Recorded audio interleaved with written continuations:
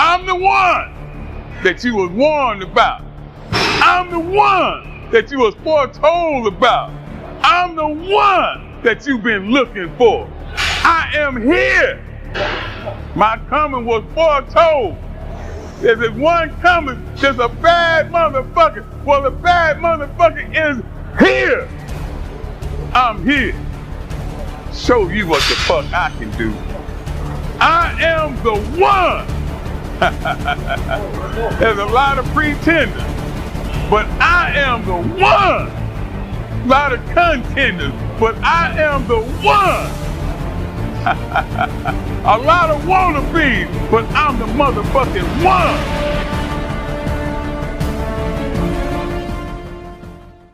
What is up, YouTube? Live via satellite here, and today we are talking Kingdom, Manga chapter 561. And it has been a long 2 weeks without Kingdom, but we are finally back. And even though it's been 2 weeks, the Shin hype this chapter didn't die down one bit. In fact, I'd venture to say that it's even going to newer heights. But before I jump into the greatness that was this chapter, I want to give a shout out to you guys, because on our last review, we hit 137 likes, which is crazy for this channel. But I just wanted to take time out and say thanks to you guys, because that is my first video over 100 likes. And I'm not expecting to hit that again anytime soon. And to be honest, I think it's just a testament to the fact that Kingdom has been heating up lately. And as we get closer and closer to the climax of this arc, things are just gonna get even more epic. I mean, if people were this excited about a scrub like Akue getting killed, can you imagine how people are gonna react when somebody like Gyun or Hoken or, God forbid, Riboku gets taken out? People will literally go into shock.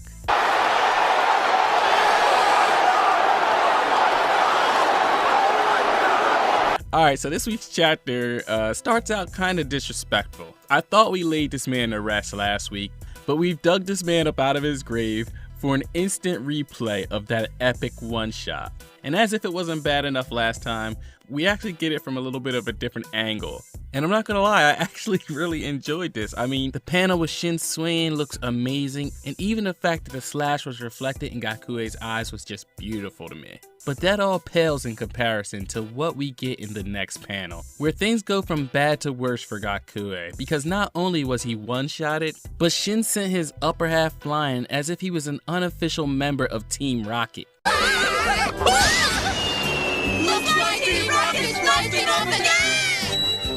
And the reactions of the Zhao and Haishin unit troops are just priceless. What the fuck? Nobody expected to see half a general's body flying through the sky. And as the body lands with a crash, everyone is in shock. So much so that the Zhao troops are rushing to Gakue's aid as if there was some way to save him. And some even still thinking that this is impossible. But Shin's troops all begin to scream in victory that Shin's managed to slay the enemy commander. And then we get a bunch of reactions from the rookies and the veterans, and we see that Bihei isn't his usual excited self after a major victory, and people even wonder if he actually saw what just happened. But seeing it is actually what has Bihei so choked up, because he knows that that was a blow truly worthy of a great general. And I definitely see where Bihei's coming from here, because last week we did say that the one shot that Shin did to Gakue was very similar to the one shot that Oki had with Shomo. And this week it became even more clear that Hara was referring back to that fight, because the same way that Gakue's body was flung through the air, Shomo had the exact same thing happen to him. And the fact that Bihei's the one saying this is pretty important, because he was actually there to witness what Oki did. So seeing Shin do this shows Bihei just how close Shin is to actually realizing his dream. And with that, Bihei goes back into his normal celebratory self. And with all the commotion, we can see that Kyokai and her men are also realizing what Shin has just accomplished on his side of the battlefield. And that actually goes double for Ten and her men back at the HQ. And Ten's so impressed at the fact that Shin was able to get the job done so fast that she barely notices her officers calling her name to inform her that it's time to cut the celebration short, because the Chogarian army is getting dangerously close. And with that, Ten calls for a full-scale retreat. And back over at Shin, we see that his men are getting these orders, and they're actually seeing that another army is on the way. And we learn that these troops are the most panicked because not only are they the deepest within enemy territory, but they are also the ones face to face with the remnants of the Gakue army, who just lost their master and out of vengeance throw themselves at Shin like demons. But as the Haihyo unit braces to protect their captain from any danger, something very strange happens. The men of the Gakue army found themselves unable to approach Shin because just from that single swing of his glaive that killed their master in one shot, it also had the effect of instilling a deep sense of fear within them of Shin. And I can't even blame these guys because the odds of them getting one shot, it was pretty high as well. And unlike their foolish master, they just decided not to make the same mistake. It was a good business decision.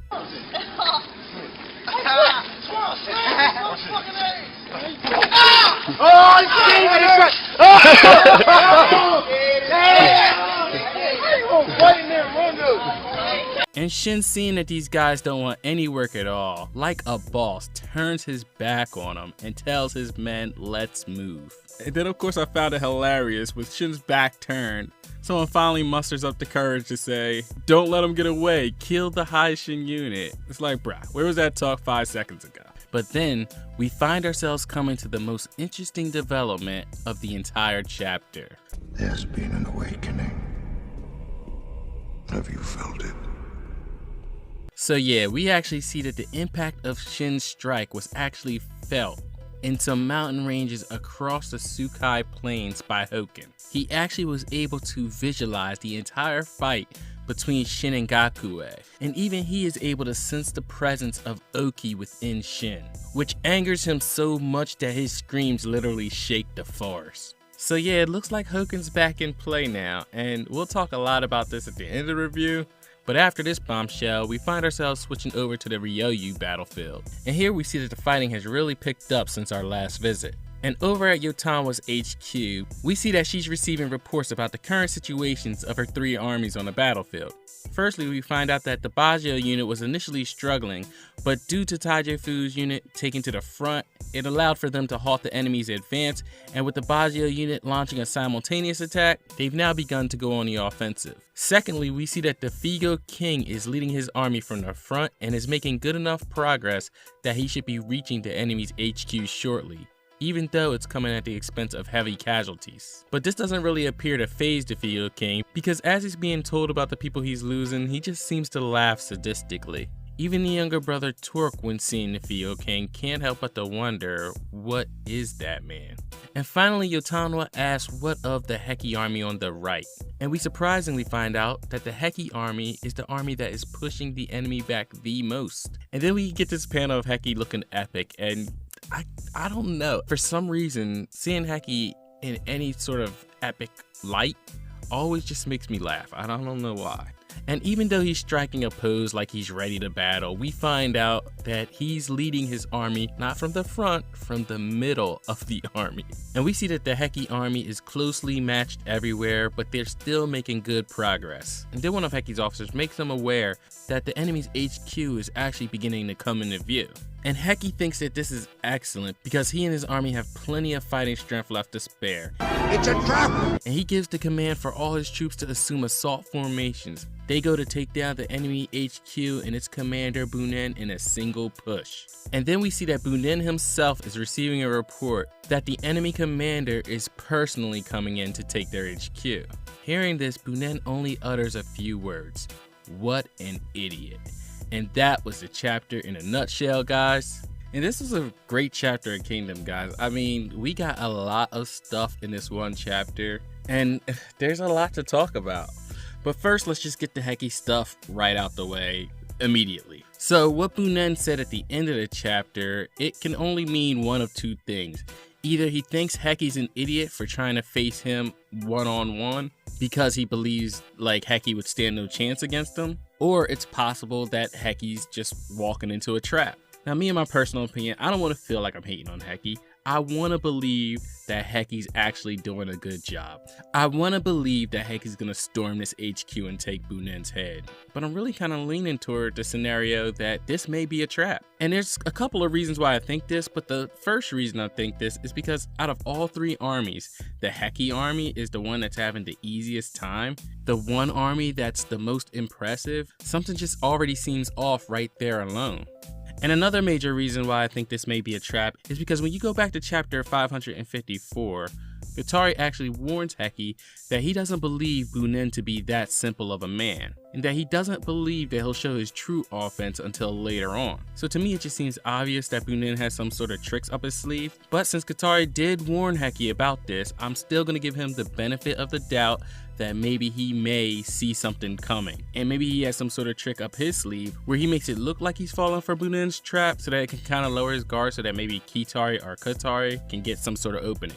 So other than that, we didn't get too much more on this battlefield, but I'm actually glad we switched back over here because I really can't wait to see the climax of this battlefield. Like, I'm ready to see Yotama go in, I'm ready to see what Impo's up to, I'm ready to see what Rosa and some Suiju have. I'm really just ready to see the heavy hitters on this battlefield start to get to work. Over at Shin's battlefield, that was all mainly a recap, but the one good thing I did like about this battlefield was we actually got to see that the army who was coming to attack the Haishin unit was actually the Chogaryu army.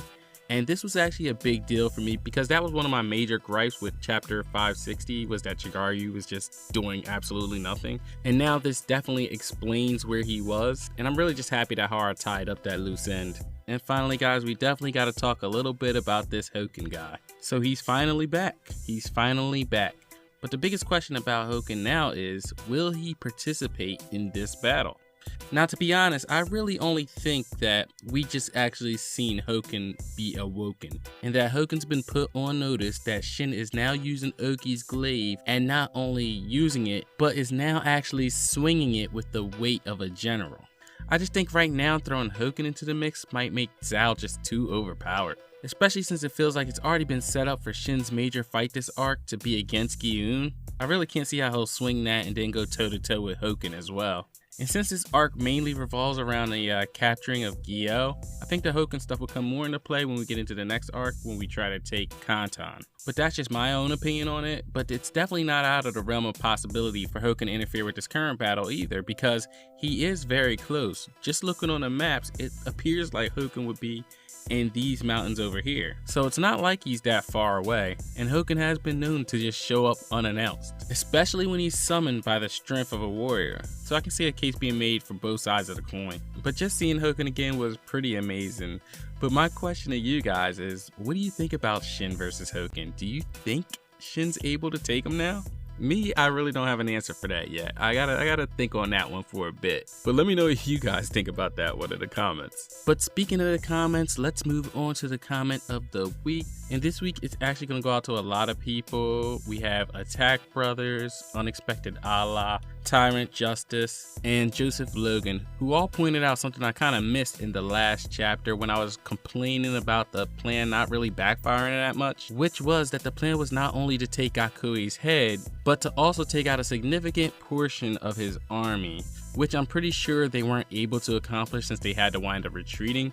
So pretty much the couple things I was complaining about with 560 have pretty much been resolved. Even though me and others like my boy Henny here still do think that the narrator does over exaggerate a little bit. But anyway guys, that about does it for this week's review. Let me know what you guys thought about this chapter in the comment section below. Please leave a like if you guys enjoyed the video, and feel free to share, comment, and subscribe. Peace out.